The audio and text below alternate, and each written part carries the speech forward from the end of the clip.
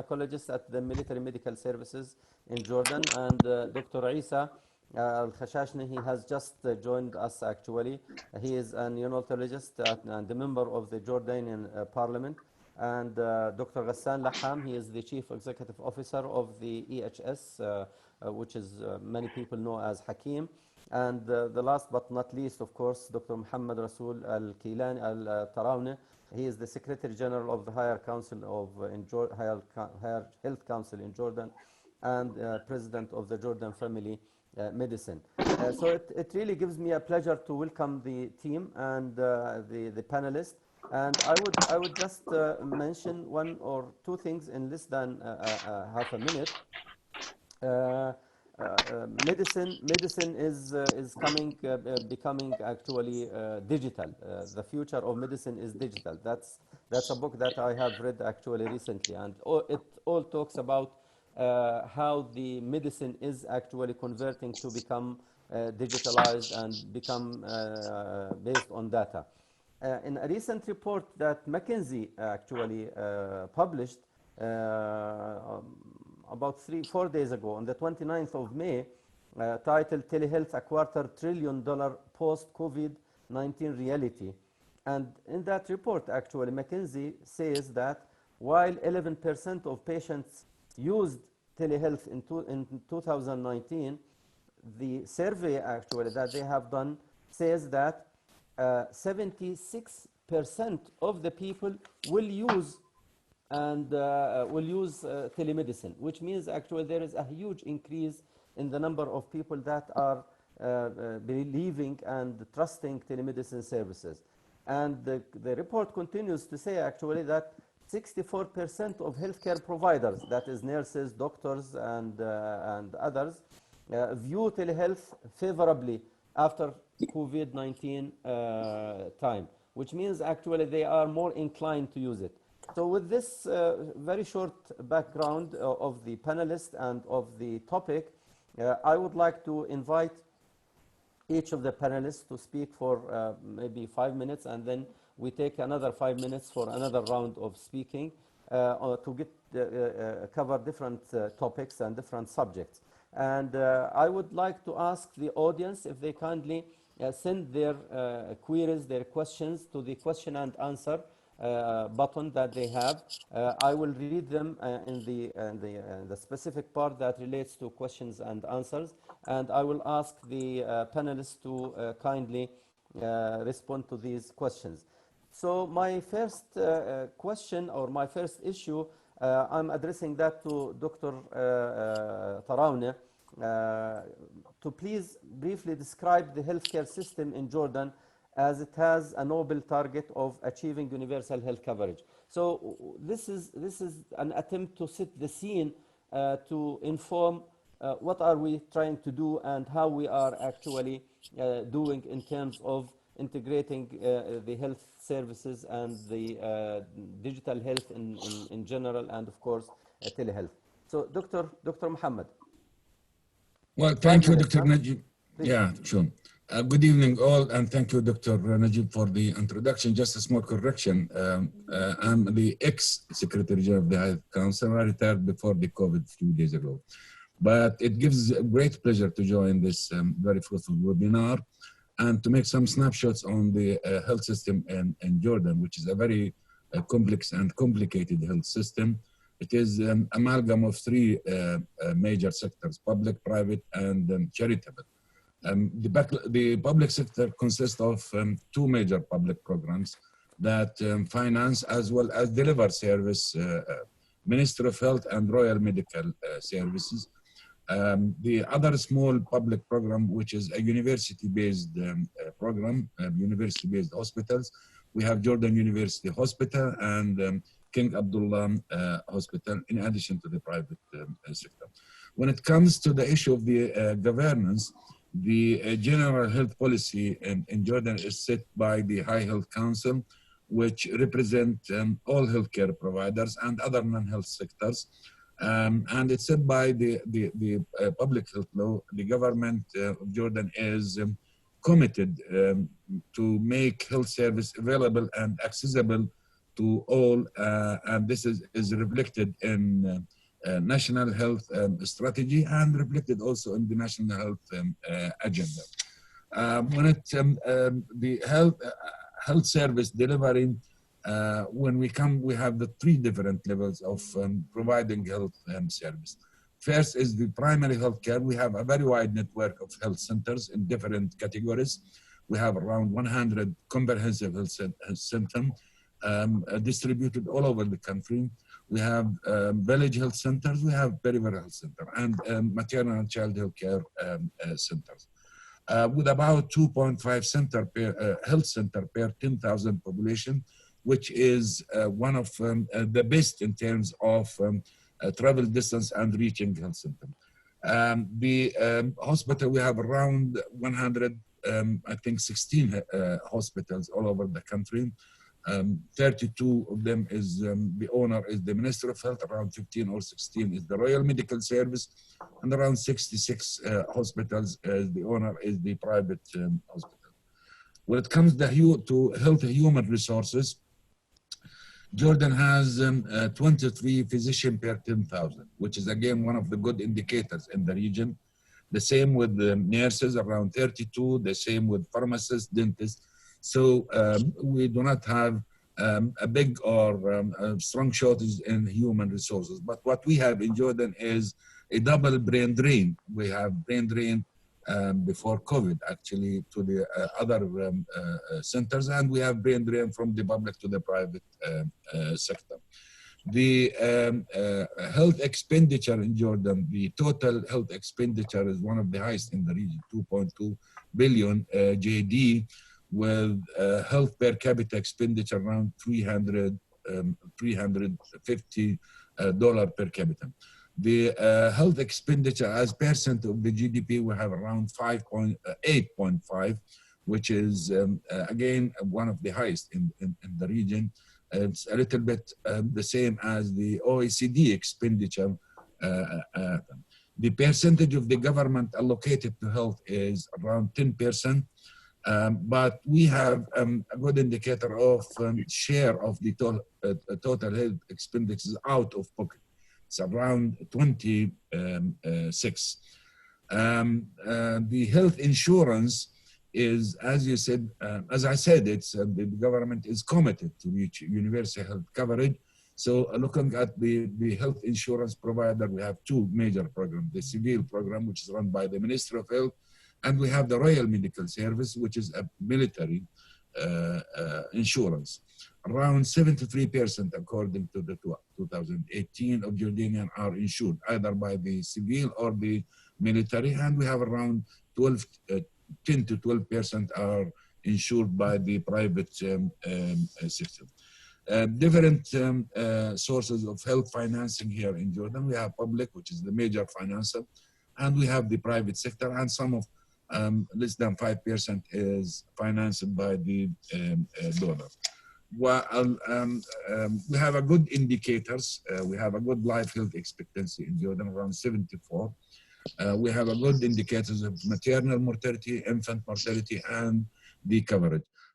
We have a good infrastructure in health technology and digitalization health center. I think Engineer Ghassan will cover this. And we have accredited bodies, the Health Council, and a good number of health facilities, both in the public, the ministry, and the military, are accredited by the HCAC. Let me finish my talk by that we have the health service providers, and we at the same time we have the health policy bodies like the, as I said, Higher Health Council, Jordan Medical Council, and the Nursing Council, which is responsible for developing the policy at the moment. We have the GFDA, which is an independent body, which is looking for the drugs and food. We have the procurement department, which is working with the procurement issues, procurement equipment for the government. This is in brief how the health system is looking.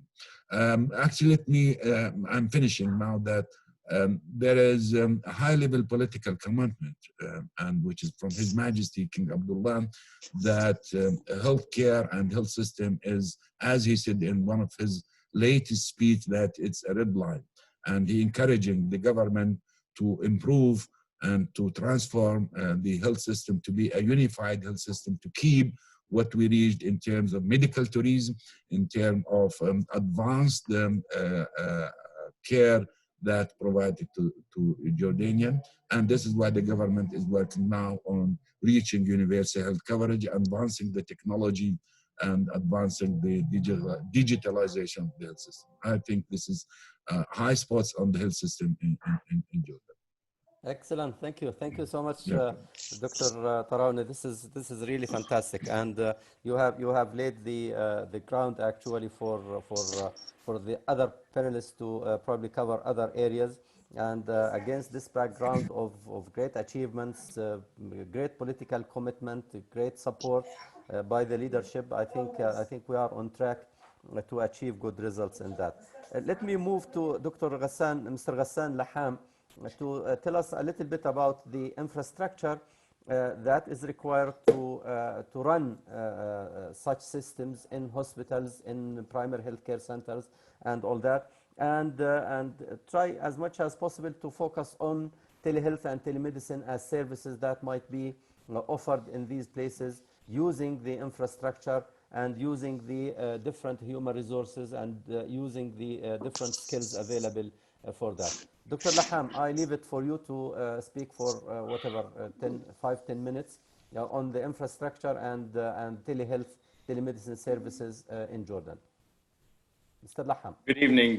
Thank you for the opportunity. Good evening, everybody.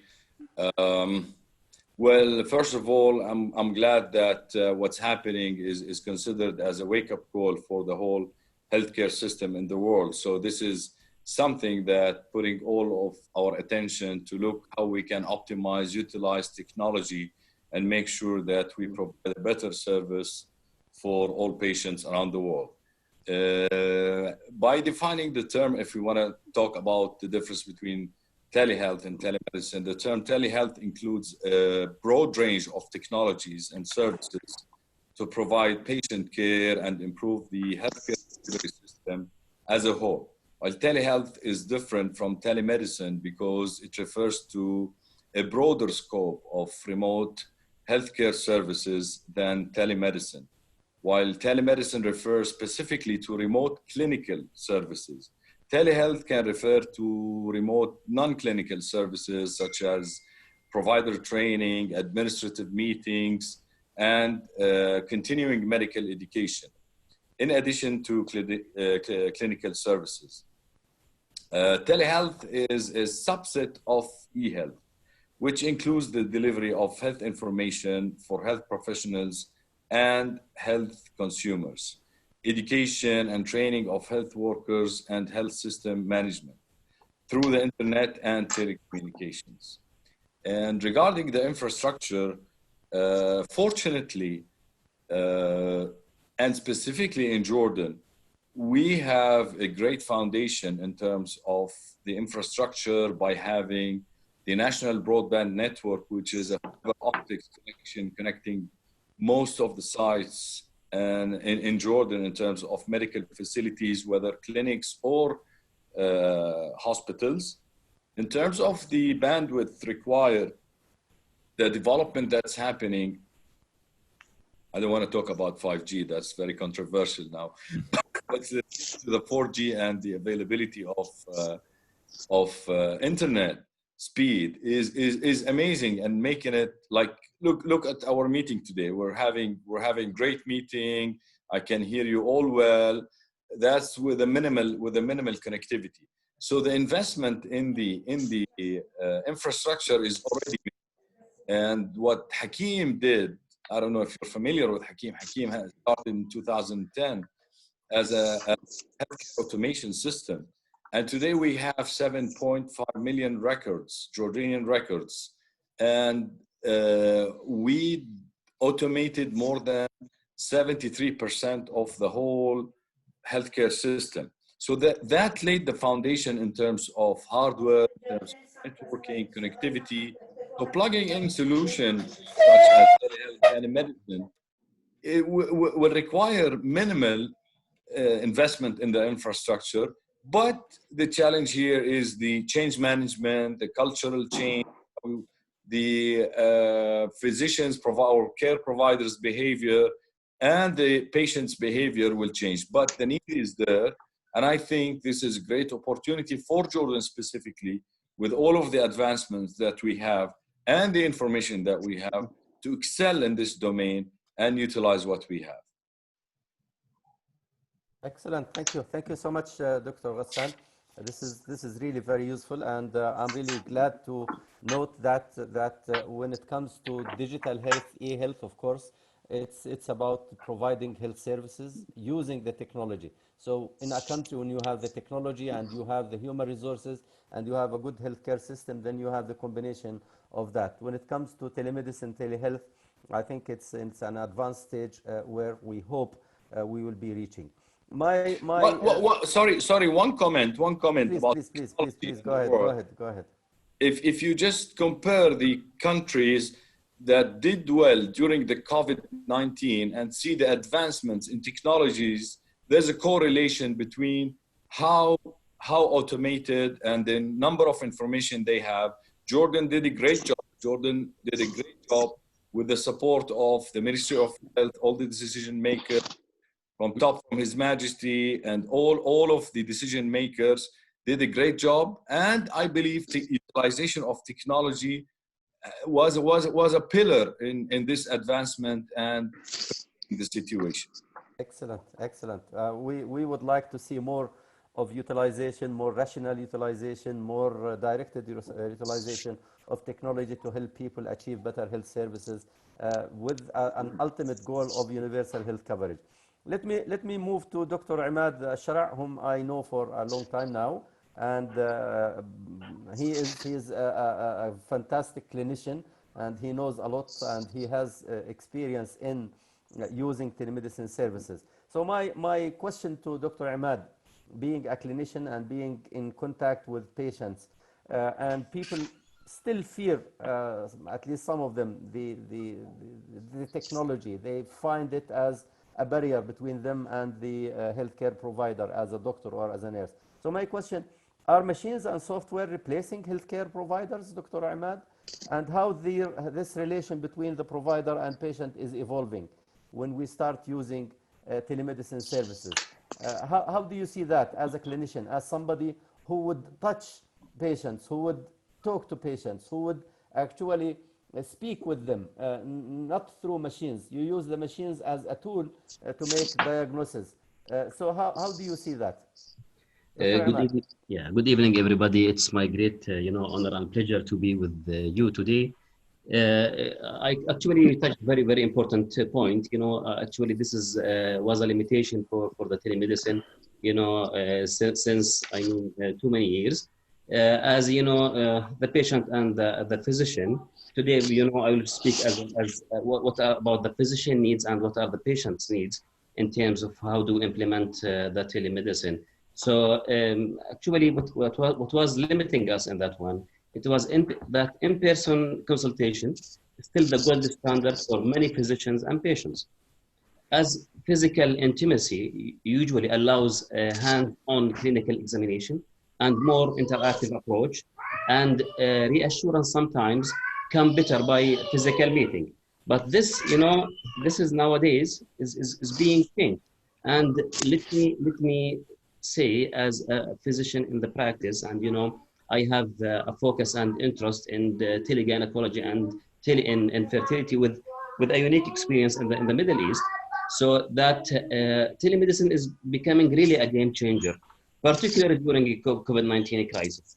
Actually, we were talking about this topic, early on January 2020, and we were shy speaking about telemedicine, how to implement this one, and there are limitations. But really, telemedicine went beyond its expectation, definitely, and turned to be a virtual healthcare entity and a digital health service provider. It is now, as I do agree with Mr. Laham, that now it is a game changer. Now it is really a virtual healthcare, not just only just dealing with sending some information or some history, you know, via what available of connections. So it is really the need of the hour. Every doctor now should quickly get on board. It is extremely important for all of us to adopt this innovative technology. There is no other options.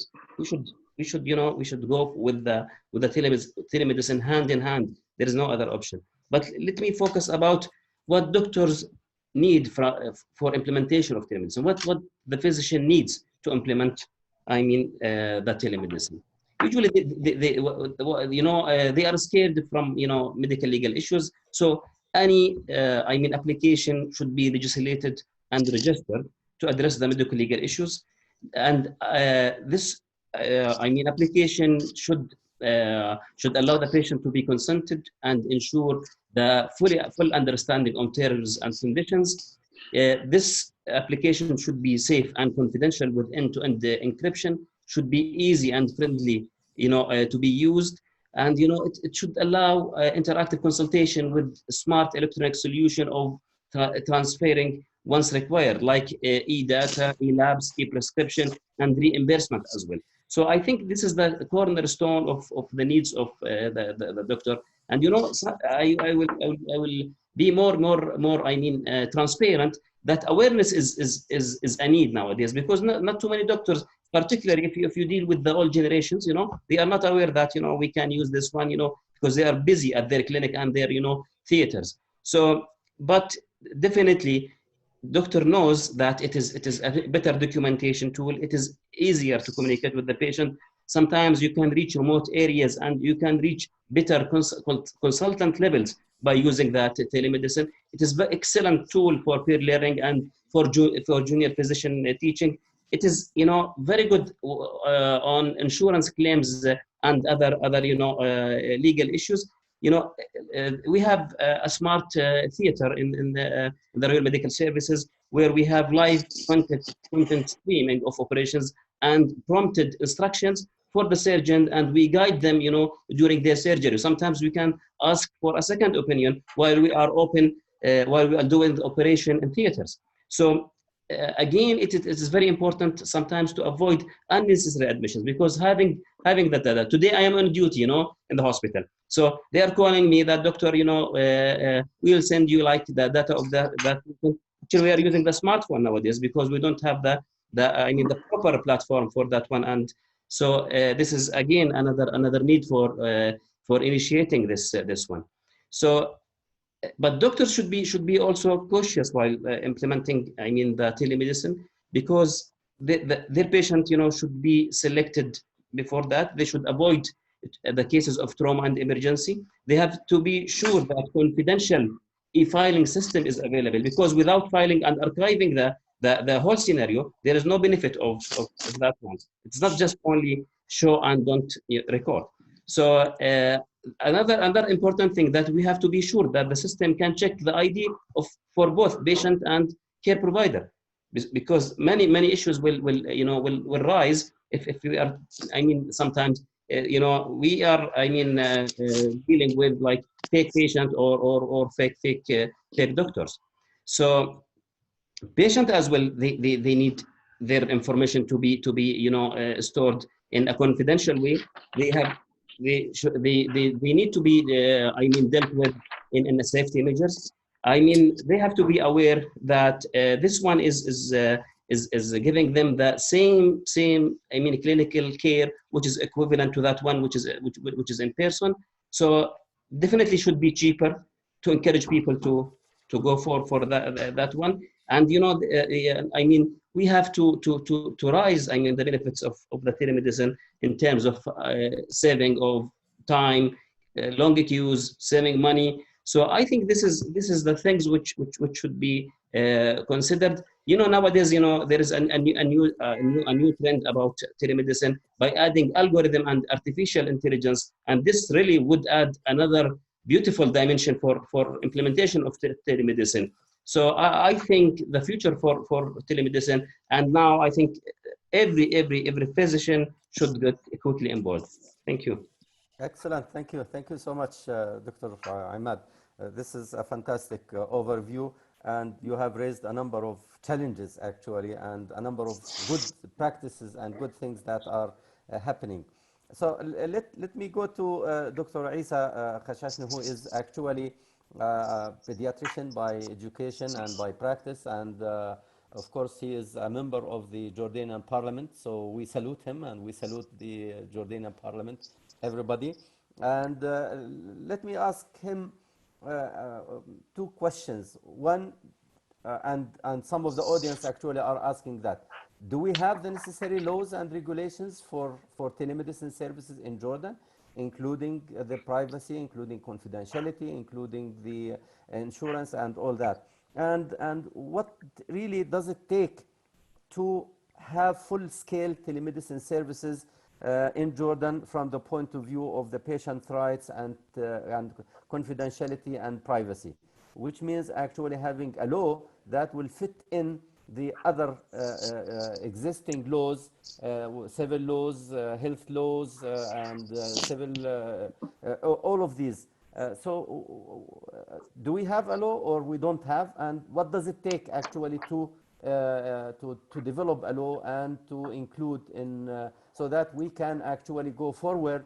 As Dr. Imad said, there is no backward going. We have to go in the front, and we have to reach out to develop and deliver these services. Dr. Isa. Good evening, and thanks for all, and for this meeting again. And I think the regulation and law coverage is mandatory in Jordan as well as in other countries to cover the provider, medical provider, as well as the receiver of the medical, health care. In Jordan, excuse me, I want to continue the discussion in Arabic. In Jordan, I think it is not yet telehealth and telemedicine have a regulation through the laws. الحقيقة المهمة جدا إنه يجب أن يكون هناك قانون يحمي هذه المنظومة الصحية تحت ظل وجود قانون المسؤولية الصحية اللي أقر قبل عامين من خلال البرلمان الثامن عشر. حقيقة الأمر قبل وجود هذا القانون لابد من دراسة الواقع الطبي والواقع المجتمعي في الأردن. بلشت الآن مثل ما قال الأخواننا في المداخلات قبل قليل استعمال هذه المنظومة من خلال تطبيق الإلكتروني، من خلال الواتساب، من خلال التلفزيون، من خلال الفيديوز وما إلى ذلك. فلا بد أن يكون هناك مساءلات قانونية بما يخص هذه المنظومة في الحقيقة. فلا بد أن يكون هناك خطة مستقبلية لإيجاد قانون يحمي مقدم الخدمة ومقدم الخدمة كذلك، حتى نطلع في قانون ومنظومة جميلة جدا بحيث أنه نخرج في إطار صحي للمجتمع. طبعا هناك في بعض الأمور لابد أنه المجتمع، الثقافة المجتمعية مهمة جدا، كيفية التعلم عن بعد، كيفية معنى مثل ما تفضل أخونا اللحام الفرق بين التيلي هيلث والتيلي ميديسين لابد أن المجتمع يفهمها. لابد أن يكون مقدم الخدمة، إذا كان مقدم الخدمة طبيب أو ممرض أو مسعف أو مختبرات أو وما إلى ذلك، كل مقدم الخدمة، ولابد مستقبل الخدمة كذلك أن يكون على وعي وإدراك بهذه الأمور.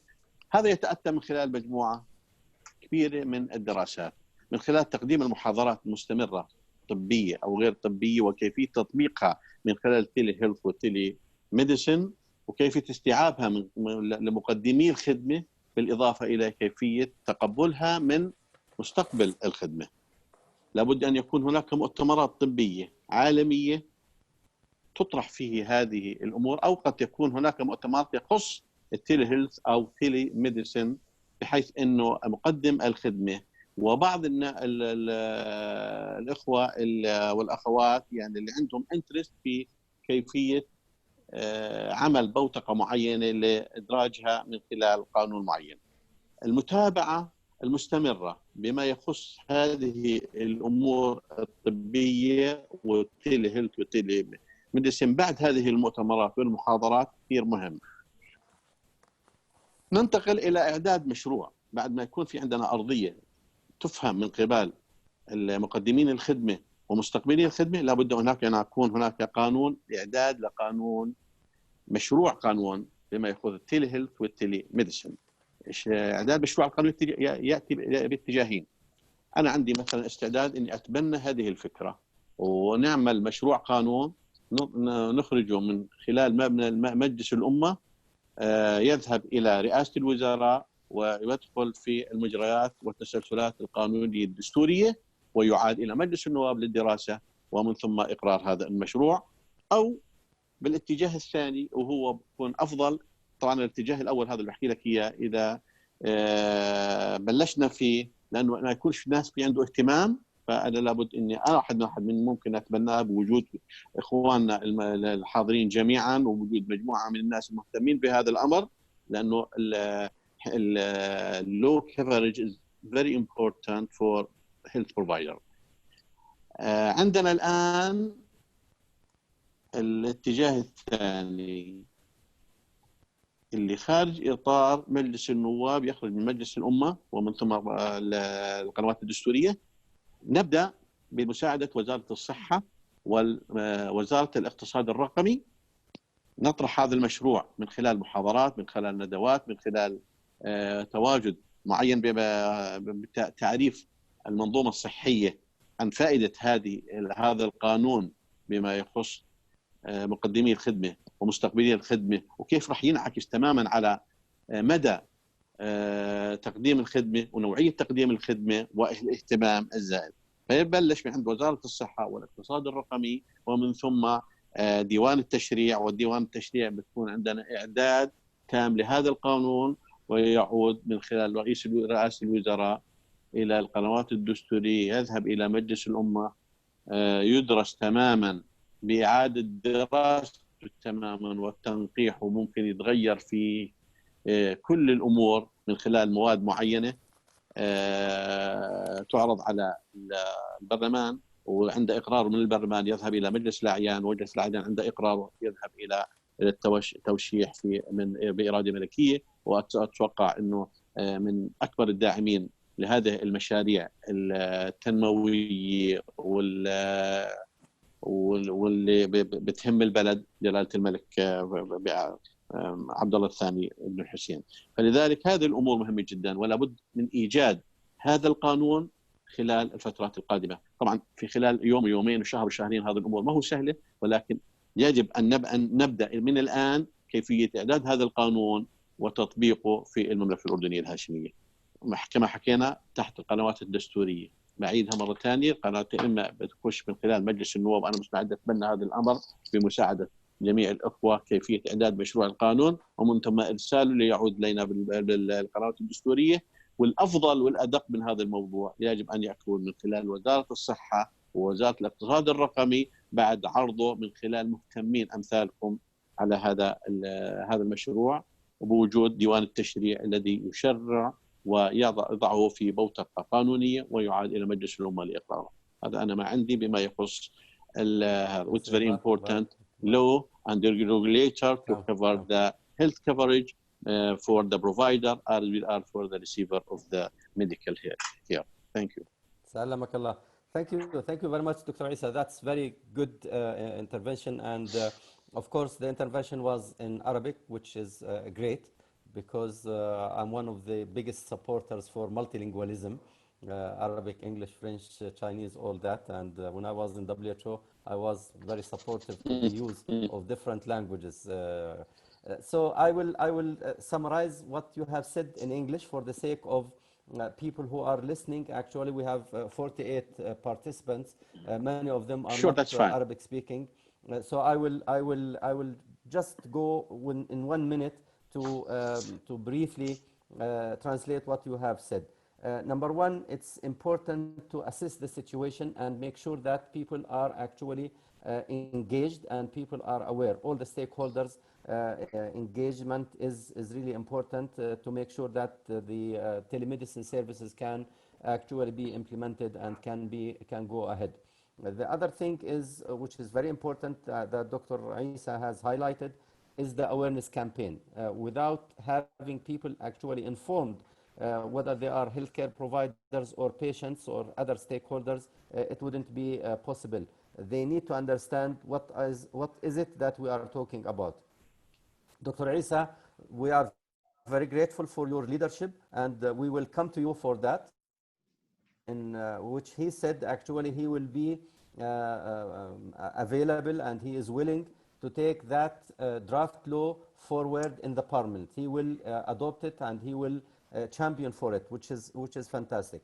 And then he described briefly also the different routes for legislation, for creating a legislative framework for that. What he recommends is actually the Ministry of Health, the Ministry of Telecommunication or the Infrastructure, and the Legislative Bureau to draft a law, and then it will go through a lengthy process until His Majesty the King will see it, and then he will approve it. And what we have been seeing actually, there is a very high level endorsement of technology and support. So the understanding is that this law will not really face big problems as long as we prepare it in the good way. We prepare it with the input by different people, by different ministries, and by different people. There are a few questions actually on the question and answer icon, which I can go through. But before that, it's now 7:40. So we have about 20 minutes more. So I will probably go back to Dr. Tarawna, if possible, to speak a little bit about how can we ensure the integration of laws, practices, education, services, and accountability that will lead to better health services and better telehealth services. We don't want in any way to have a fragmented approach. We don't want to have parallel approaches to telehealth and using telemedicine and all that. So can you speak for a few minutes on this issue of integration, the importance of integration and seamless integration of these services? Well, thank you, Dr. Najib. Thank you, Dr. Najib. Let me say that it is mentioned in the Ministry of Health Strategy 2018-2022 in the strategic plan that, and it is the fifth objective, that increasing the efficiency and the effectiveness of digital transformation and technology-based knowledge management. So the intent and the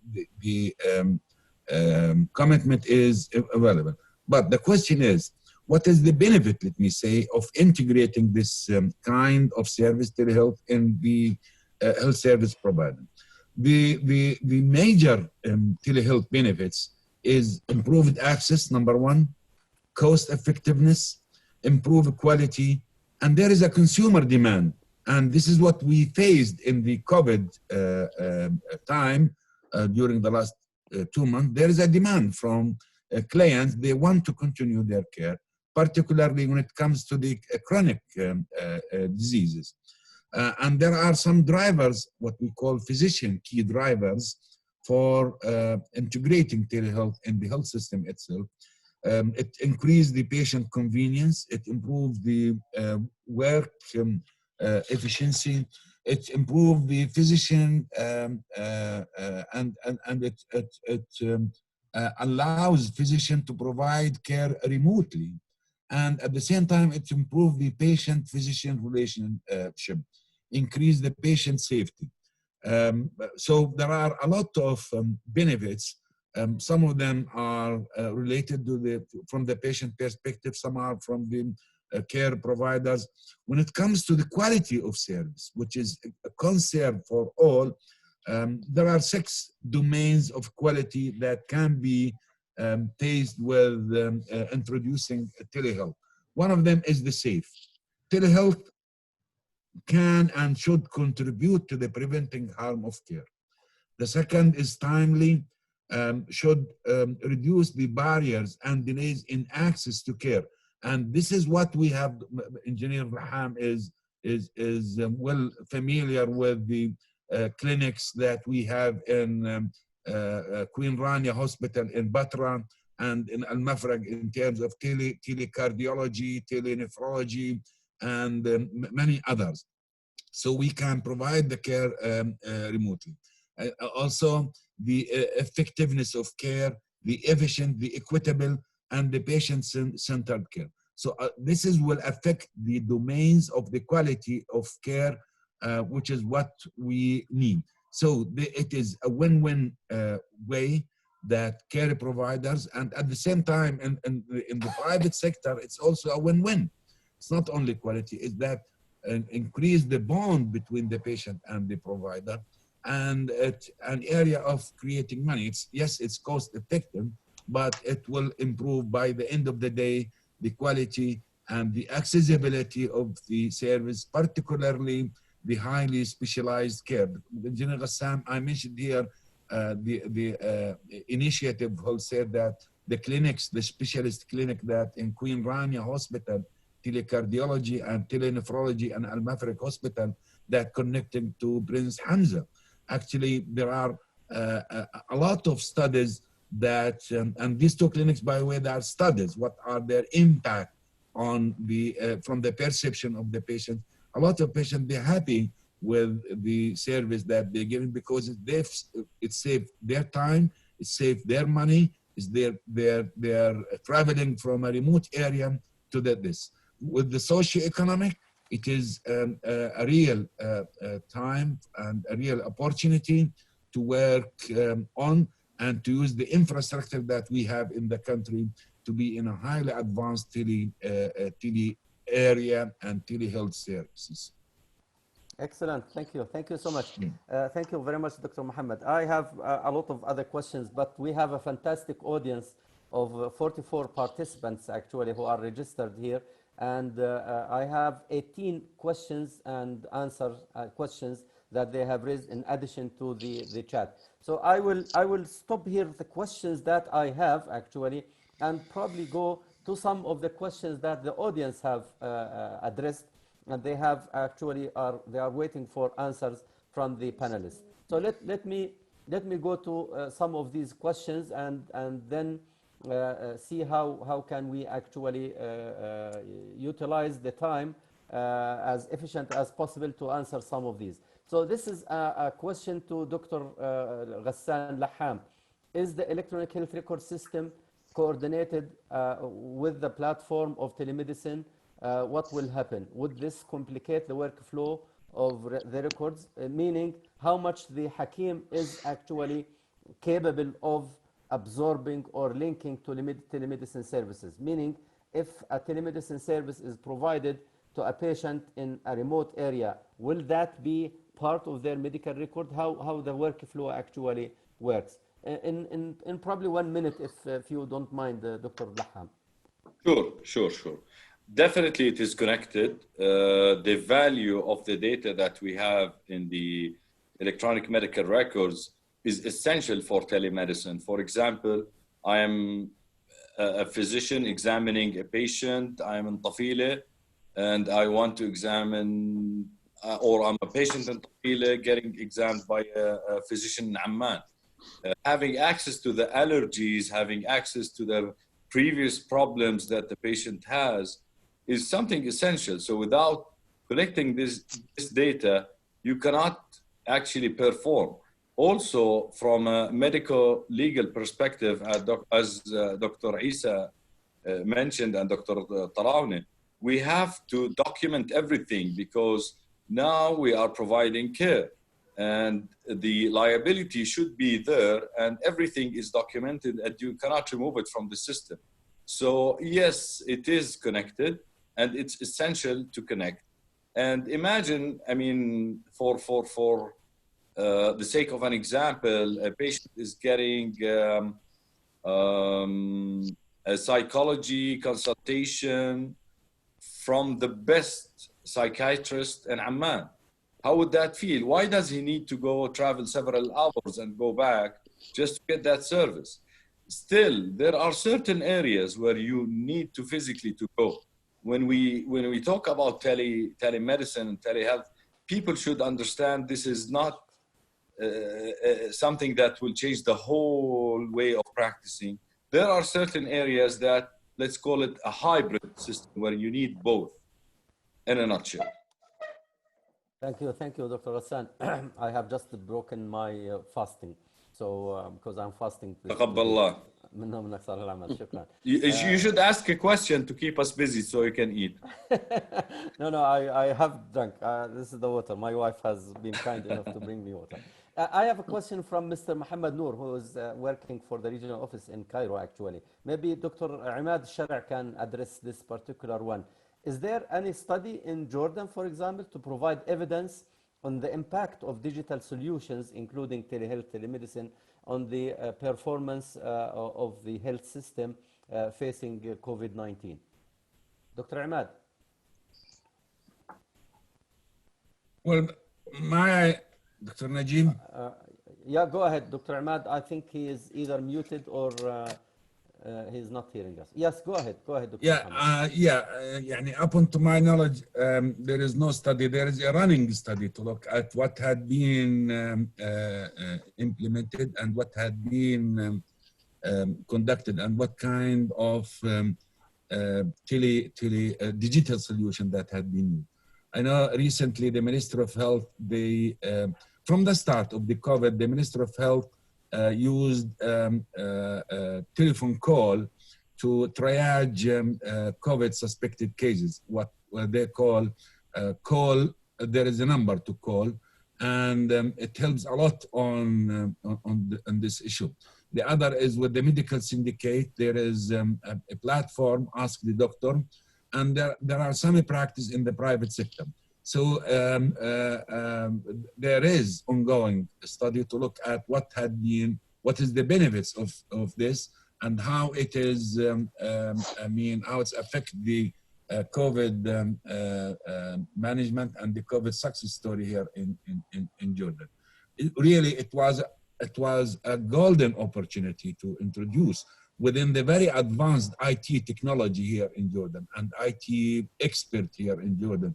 And by the way, Jordan is one of the countries that export experts in IT in the region.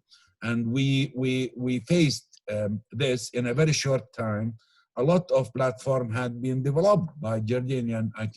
So the answer is there is a group of academia, and we are working on studying the digital solution. How does it affect the COVID-19? You know, we are still in. And I'm a member of the committee that looking at the impact of COVID and the impact of decision and solution that had been run. We're just preparing for this. Fantastic. Dr. Najib, if you allow me that, maybe I can address this question and maybe another. That was the intention, but okay, go ahead. In 2 minutes, because of shortage of time. I will answer this question and maybe another 2 questions, in the list. So actually, we are doing a multi-centric pilot assessment trial with collaboration of 5 worldwide centers, assessing a self-applicable disposable vaginal speculum. This was to address the tele-gyne and tele-infertility needs. So this speculum is self-applicable. The lady can apply the speculum at home, and we have opened a teaching unit, at our department, where we can teach both husband and the wife how to apply this speculum at home. This speculum is having a built-in camera on the top of that, and they can remotely, ask for consultation regarding, the cervical changes, the cervical cancer, and the possibility of pregnancy, and they can use it as a contraceptive device as well. So we can have a lot of data about how to tackle, gynecological issues using this innovative speculum. And having the camera which is built in, and some cameras nowadays available, they are wireless as well.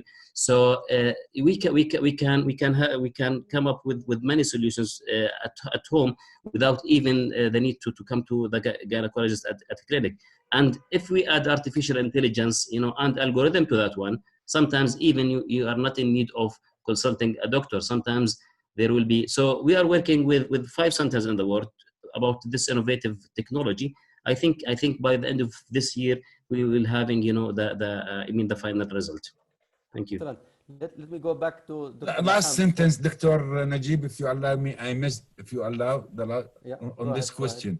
There is 2 articles had been published regarding telecardiology and telenephrology in Prince Hamza Hospital before COVID, and the articles are published there with a good results. I will ask you later to give me the citations for that, and Sure. then we can advertise that. We can share that. Dr. Laham, the academicians were mentioned, and there is a specific question actually. Are academicians as researchers allowed to get access to the data in the Hakim system? Or Yes, we are custodian for the data. So if the Ministry of Health instruct us to provide such data, of course, without infringing the privacy of the patients, as data anonymous, we're more than happy. I mean, actually, the idea of creating this data is to predict in 20 years what kind of diseases we will face. Are we going to face obesity problems, chronic diseases such as hypertension? so it's possible to access the data with permission for the procedures. Absolutely. We don't own the data. There's a question that is addressed to you also from, I think, Lloyd Williams, and he's asking, do we have a strategy for connecting the telemedicine platform to the electronic health record or patient record in Hakim, the Assumption, or any other system? And he says, actually, have you explored the efficacy of FHIR, F-H-I-R, which is a standard for patient safety and connecting data from different systems? Have we looked at that? Yes, of course, we looked at that. Now we are facing a challenge of having multi-systems among the physicians. We are at the research. The first pilot that we did was at the Royal Medical Services in 3 departments, and that was during the COVID-19. In addition, we launched the chronic diseases medications with the Ministry of Health. Those are the 2 initiatives that we did. So we are looking at multiple options to see what is best, and to see, I mean, during market surveys, what are some physicians are using Skype, some are using Zoom, some solutions have some security issues. So all of that. And by the way, I'm very, very impressed by the questions from the audience. I mean, we have great questions. Indeed. Wish we have time to answer all, but just another one that clicked, and I would like to answer very quickly: how you will solve the privacy and security issues while accessing patient data over the internet. We are taking HIPAA standards, measurements, all these security issues, and the records will be patient-centric. So there will be an SMS sent as a code for the patient to provide it for the physician so he can access. So you grant the physician the permission to access your record. It's your record, you own it. Excellent. Now I want to go to Dr. Isa Khashashne to ask what would be the best way to proceed from here to create that law, because there are questions actually on privacy, on confidentiality, on rights, and there are some comments actually in the chat, people wanting to help, people wanting to review, people wanting to get involved in that process. So what would be the best approach as far as you can tell actually in probably 1 or 2 minutes, if you can advise how can we start drafting a law and how much can other people be engaged so that we can fast track the process, not necessarily in 1 week or 1 month, it might take 1 year, but at least to start a good start with engagement of everybody. Dr. Isa. The best thing, I think, we'll see who is interested in that to prepare the draft of law. Thereafter, we have to make gathering for that, initially by few of those interested for that. Thereafter, we should make a group that we can start soon how to prepare the draft of the law. After we have prepared this draft, we will start, making some lectures, some conferences for that to approve which it is good or not, merits or demerits with the draft which we have issued. Thereafter, I will take care of all of these conclusions, and I will start from our parliament, our committee, and we will send it again to the prime ministers and minister of health and the others to the bureau to start with the legal procedures to proceed again to reach the parliament. Excellent. It is the best way. As president of the eHealth Development Association of Jordan, I will be more than happy to convene a group to start working with whoever is interested and willing to help, and then we work with you and with other professionals to develop the draft, and then we take it from there. I have a few questions actually coming from Dr. Suzanne Ahmed, who is a Jordanian actually, and she is working in the US, I guess. So she is asking about the workflow, and she is asking about using telehealth as a tool for medical and nursing, clinical education, and other issues. So can I ask Dr. Mohammed Mohammed to yeah, sure. To answer yeah, that, sure. If you like, in a short. Yeah, sure. Thank you, Suzanne, for a very important question. Yes, there is. And the Minister of Health, upon to my knowledge, they are preparing with one of the agencies on providing, for example, reproductive health counseling and family planning counseling as telehealth, as a kind of telehealth. So there is a place of working with providing nursing care in some area. Health education that provided in the health center by nurses can be provided by telehealth, and this is what we had learned from the COVID experience. While most of the health center had been closed over the 2 months, and recently opened and provided telehealth by nurses on some aspects of reproductive health as a trial to see. This is was the other question? No, it was actually about the workflow. How can we ensure that the workflow in the electronic health record is actually synergized or synchronized in a way that that whatever data we collect is actually there, and the flow of information or data is secured. I think this issue is discussed even before COVID and practiced in COVID in two points. One of them is the workflow in terms of appointment system that many of the health center, which is digitalized and computerized, they can go through the appointment system, and this will improve the workflow of clients, the health center. And it is in practice since few days after the opening of the health center to look at the workflow. How does it work within, if we utilize the simple available tools within the health center. And this is, I think, will be done with Hakeem and Ghassan, how to use.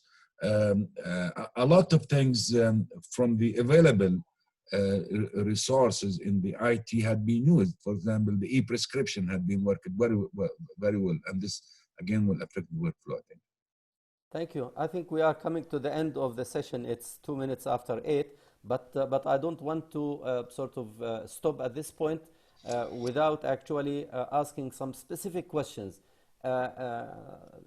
How does it work with insurance companies at this point of time? Will that be part of the law, or it is actually one of the practices? How can we avoid mistakes that have taken place in other countries? How can we make sure that we are actually doing the right thing in terms of introducing the technology to help in improving patient care and patient safety and reducing the cost and all that. So in a nutshell, the law that is being proposed or that is being thought of will be one way to proceed. And I have many questions actually related to legislation and laws and regulations about that. So when we have the law, I think we will have a much better integrated scene of what can be done and what we can offer. The questions, I don't want to go in each one of them because all of them are fantastic questions and really important. I have the names of the people, the same thing as the speakers have. We will be more than happy to look with Svetlana and with other colleagues on answering some of these questions offline and probably putting them on the website of the company, of the organizer.